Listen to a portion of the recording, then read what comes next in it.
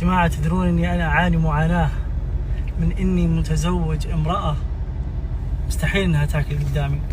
يعني انا ترى ما اكل قدامها علشان تقدر تاكل، ما من الحياة ما تعرف تاكل خلاص. اقول لها عادي، ما اقدر. انا لدرجة جاء فترة شكيت بنفسي، قلت وش بهذه خميلة ليش لا مو ما ابيك، من قال لي اني ما ابيك؟ ما ادري عنك. انا ما ابيك والله ما ادري عنك. لا انا ابيك معي، بس انا ما اقدر اكل وانت قدامي، استحي منك. المفروض انك بتستمتعين، المفروض افتح نفسك هنا. انت تفتح نفسك بس انا ما اقدر اكل. يعني تسمع خشخشة البطاطس هذه الشيبس، ما اقدر. احس انك تتقرف لما تسمعها.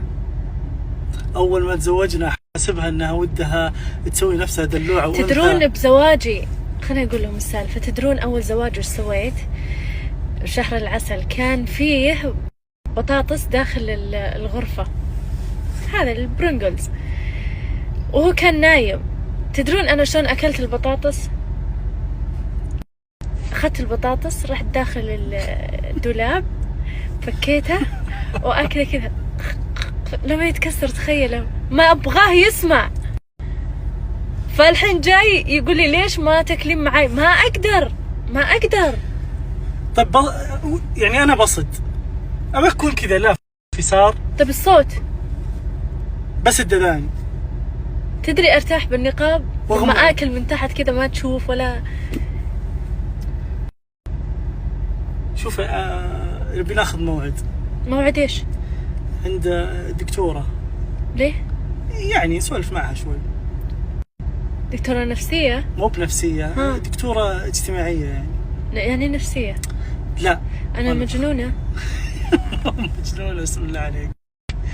أقصد إنه نجلس معها نقول لها إن عندنا واحدة الله بلاها بالحياة ما تاكل قدامي، وأنا إنسان قاعد آكل لحالي. طيب أنا آكل بعدك.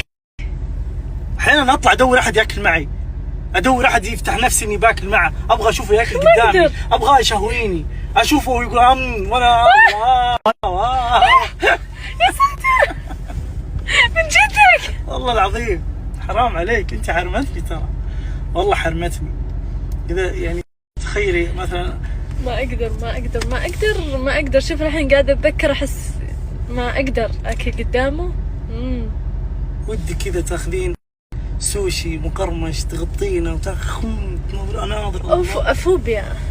فوبيا اكل سوشي وقدامه. فوبيا.